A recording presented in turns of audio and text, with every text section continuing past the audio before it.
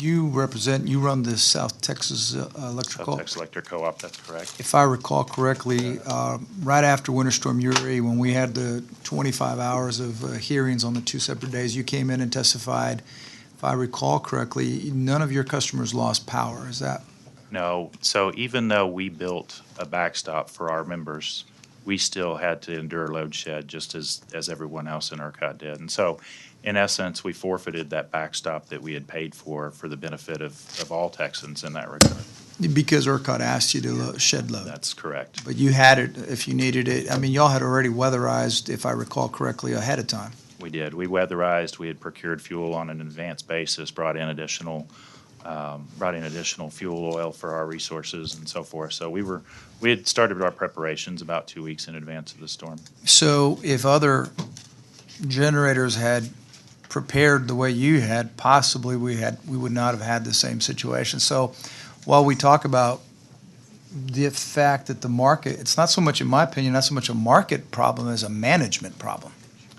So I think it would have helped for sure to have had additional weatherization in place at that point in time. And I think the efforts that the legislature made in Senate Bill 3 and that the commission has made since that point in time to weatherize the system has helped tremendously.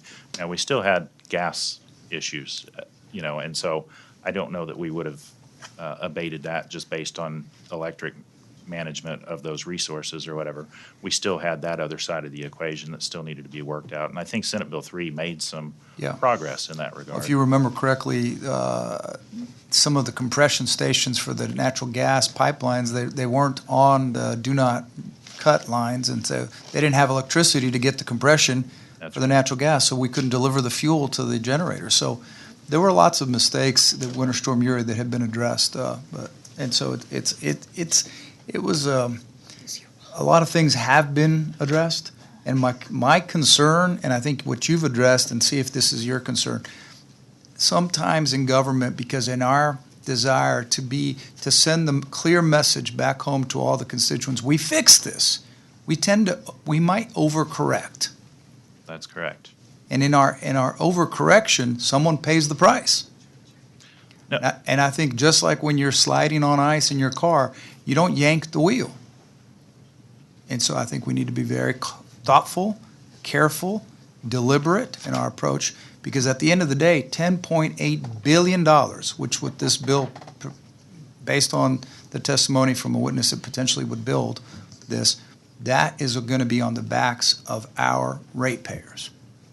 And so I think we have to be very careful not to yank the wheel in our desire to do the right thing. And I appreciate your concerns because I agree with you. The chairman's heart's in the right place. Like everybody here, we want reliability, but we got to make sure that we don't overcorrect.